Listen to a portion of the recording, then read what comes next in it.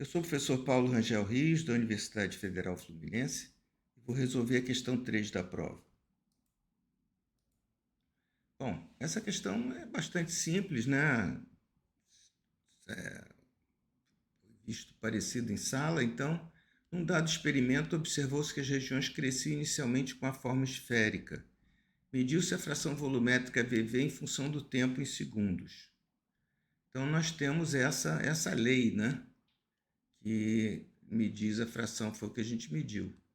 Observou-se que a nucleação ocorria por saturação de sítios e que o número de núcleos por unidade de volume a gente conseguiu medir por algum método.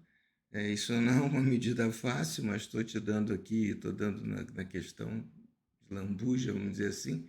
NV 4 vezes 10 a menos 5. Esse é o grande problema, na verdade, de medir número por unidade de volume, porque é uma grandeza 3D. Nós medimos até curvatura a partir de 2D, a curvatura média.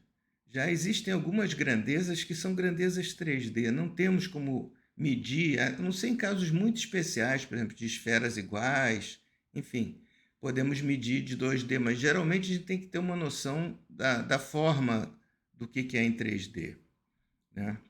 Porque essas grandezas 3D, infelizmente, a gente teria que fazer serial sectioning ou alguma coisa assim.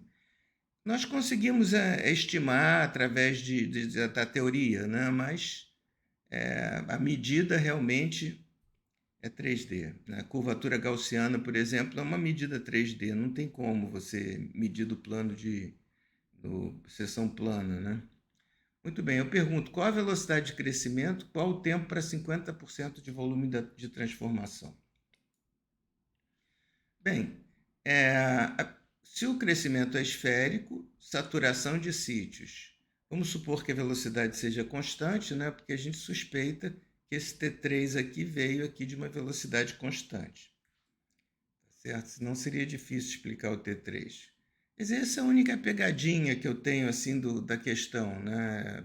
Imagino que é uma suposição razoável. Quem não supôs que G fosse constante teve alguns problemas aí, porque nunca ia conseguir ter 3, né?